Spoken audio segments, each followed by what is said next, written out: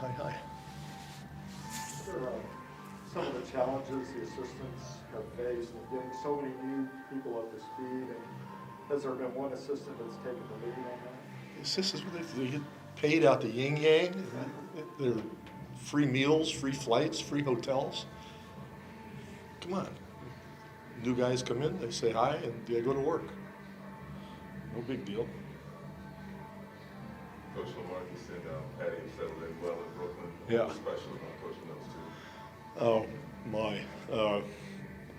They both have great senses of humor. They were great teammates, fun to be around. You can joke with them, back and forth, that kind of thing. That's the most fun part of them. They're both obviously skilled and, add a lot to the group here, with the big three, so to speak.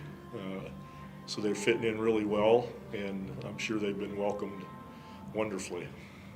Pop, in all your time in the league, have you ever seen a back-to-back logistically that's as challenging as what the Nets are about to face here? A main game in Brooklyn, and then the next night in Oregon? Well, I don't know. That's a tough one, obviously, but I can remember days where we'd play 3 in a row, during lockout years. So, all kinds of crazy stuff goes on, but you just deal with it. Every team gets some sort of situation that seems ridiculous, and nobody does that on purpose, but it happens. Speaking of different stuff, as far as the Nets are concerned, do you think having a part-time player who plays only in road games can work? I don't have a crystal ball. Ask Steve. We'll find out if it works, right? I spend 0 time thinking about other people's problems. Have you ever been in a situation like that where you've had a player who only plays half the time? No. As much as it's a feel-good thing to do, to be happy for LaMarcus and Patty and even DeMar playing well this year, competing somewhere else, is there a part of you that kind of sad to see them doing this elsewhere when you guys aren't at that level anymore? I think that would be a ridiculous notion to be sad for somebody who's doing well. I guess I'm not asking if you're sad for them, but is in the old days people would come to the Spurs when they wanted to compete for titles. That's not happening anymore. Kind of how are you dealing with that transition? Who told you that? I don't know. I checked in with Vegas. I think your odds aren't great. Get to your question. What the hell you want to know? Just the whole mentality of coaching a team where people leave your team to go compete for titles. Yeah, well, we helped with that, right? We found situations for them that would honor what they've done for us. So I feel great that they're both here. I feel great that DeMar is in Chicago, and they can have success. We're in a different path. We're starting over. It's a rebuild thing with a very young group of guys, and they needed to have that responsibility. They needed to grow. They need to be in charge of stuff, even if it takes some losing. They need to do it. And at the same time, we were able to take those 3 guys and put them in great situations that we didn't have to do. So I feel like we did them a great favor. I miss all 3 of them. They were all great for us. But it's a win-win for everybody concerned in the long run. On that note, in terms of growing a team, there was a time when this long road trip was something that I think you guys really enjoyed. You enjoyed in terms of team building. Obviously, that's complicated with the situation now. How would you kind of evaluate where that is? Well, the schedule's a schedule. We haven't even gotten to the rodeo road trip yet. So having this road trip and then having that one is difficult, but personally, maybe I'm a masochist, but I think it's great for these young guys. They'll do some good things in fourth quarters and win a few, and they'll do some, unwise things and lose some other games, and that's how you learn. So it's all good.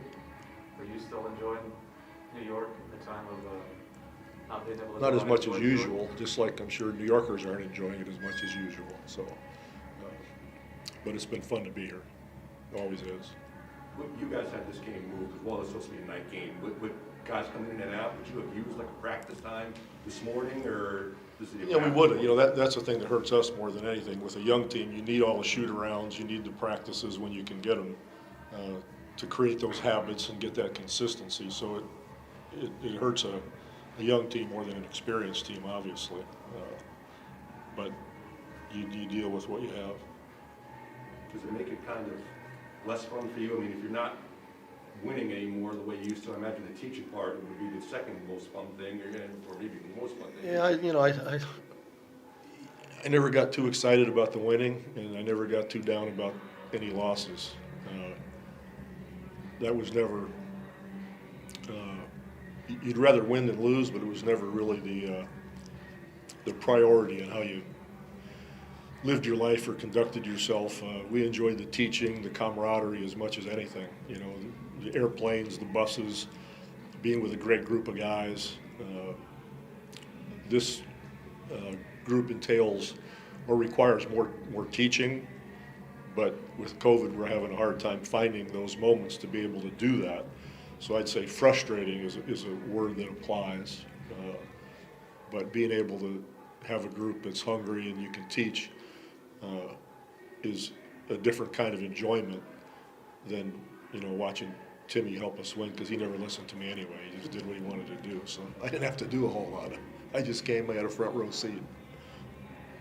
What did you see from Tyler the other night? Tyler Johnson? See from who? Tyler Johnson. He didn't play that much, but Tyler's Tyler. He's a good scorer. He's a heady guy, and he'll be our backup because Trey Jones got put on the protocol yesterday or the day before, I forgot.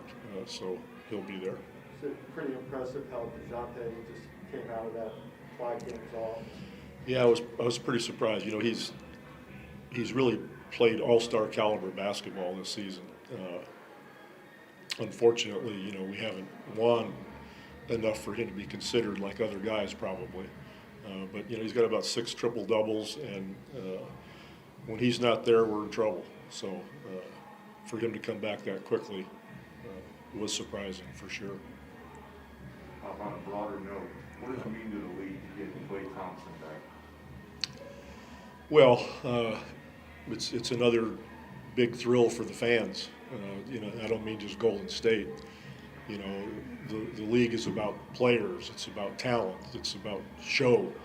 And him being one of the best shooters in the world and also a hell of a defender just adds to the aura of their team and to the NBA. So, just like when Kevin was hurt, it's the same thing. You want as many of those guys in the league as possible so they can be seen, because it's good for everybody. With the experience of coaching, Do you have a pass to be in here?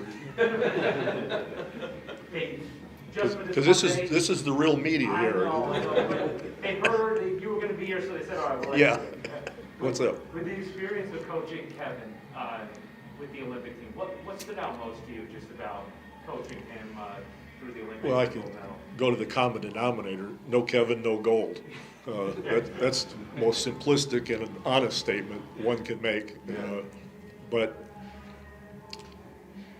you think you might know somebody. I never coached him before then, but we would talk, and you have a relationship and a respect for guys who've been in the league a long time with them, competing against them and everything at Golden State, at OKC, that kind of thing. But being there on a day-to-day basis with him, I was in awe at his work ethic. We do the practice, and in the beginning they were weird practices because everybody wasn't there, and we didn't have a whole lot of time, so on and so forth. So we were just trying to put it together with all these pieces. And practice would end, and he would go for maybe 45 minutes over in this bucket all by himself with one coach. And oftentimes it was Will Hardy, who's with the Celtics. And he would go through every move in the book, full speed. Not, a coach throwing him a ball and he would shoot, and throw him another ball and he'd shoot. It wasn't like that. He's catching it, he's pulling up, he's spinning, he's doing this, he's stepping back, and, methodically in different areas on the court, from, inside all the way past the 3-point line, for about 45 minutes. And, you know, other players who are, you know, star players are sitting there changing their shoes and everything, watching this guy do this. We were all just mesmerized. So I learned that about him, you know, more than anything, how much he loves the game. But he's got a great sense of humor. He's a pretty quiet guy, as you all know. He's, you know, but he's a lot more fun-loving than people know.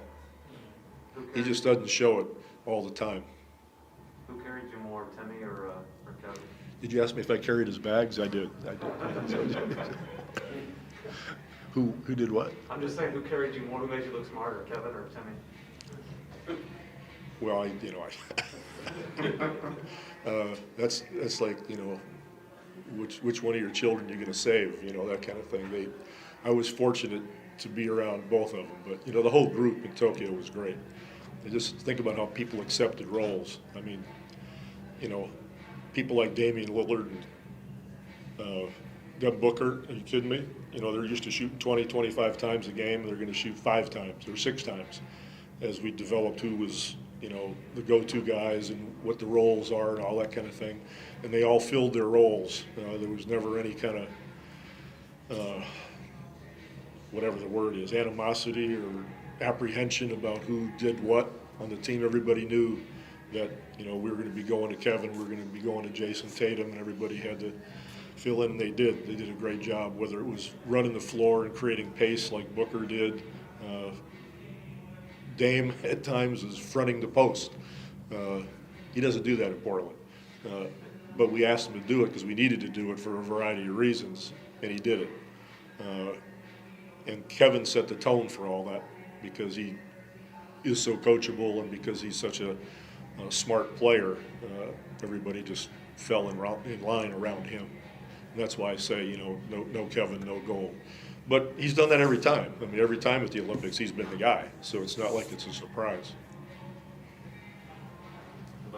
Okay? Thank you. Take We're gonna care. clear out this room so we can shoot something else. Have a good day. You too.